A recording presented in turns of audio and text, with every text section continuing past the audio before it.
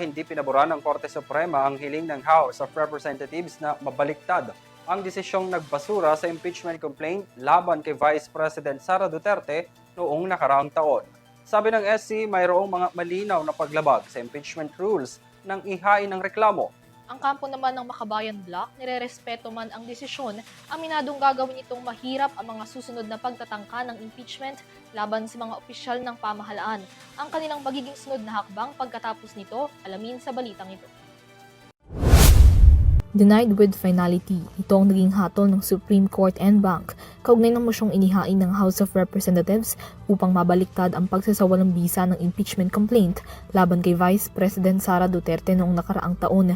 Kaugnay ito ng motion for reconsideration na kanilang inihain Agosto ng nakaraang taon.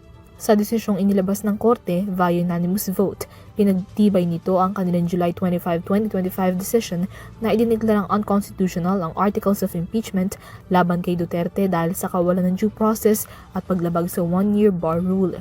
Paglilinaw ng Korte alinsunod man sa proseso ng pag-initiate ng impeachment complaint, hindi naman naisama sa order of business ng Kamara sa loob ng 10 session days ang tatlong reklamo ng impeachment laban kay Duterte. Sa usapin naman ng aplikasyon ng one-year bar rule, ayon sa Korte, magiging epektibo ito sa tatlong dahilan. Una, kapag nai-refer na ang reklamo sa House Committee on Justice. Pangalawa, kapag hindi naisama sa order of business sa loob ng 10 session days o kapag hindi na-transfer sa panel 3 session days mula nito. At ikatlo, kapag walang articles of impeachment ang naisumite sa Senado bago mag-adjourn ang House of Representatives. Sa parehong desisyon, pinagtibay ng Korte ang kapangyarihan ng mababang kapulungan na bumuo ng sarili nitong rules on impeachment, ngunit nilinaw na kinakailangan pa ring ma-refer ang reklamo sa House Justice Panel kahit pa inendorso ito ng 1/3 ng mga miyembro ng Kongreso.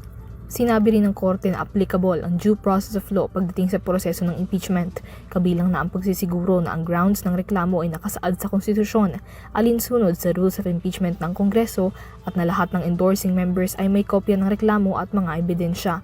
Sa mga kadahilanang ito, tuloy nang ibinabasura ng Korte ang motion at ng resolusyon na immediately executory at hindi na maaari pang iapela.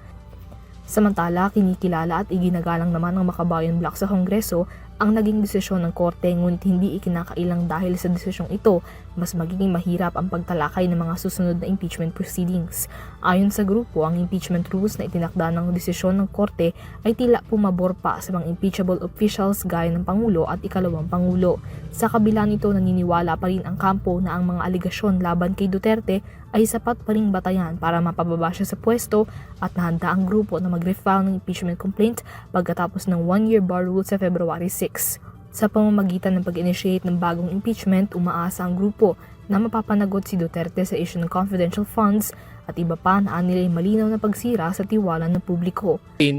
Ang pag-file muli ng impeachment complaint laban sa Vice President kaugnay sa pagwaldas ng 612.5 million na confidential fund. Hindi po magbabago yan. Sinusulong po natin ang panawagan ng taong bayan, lahat ng sangkot dapat managot.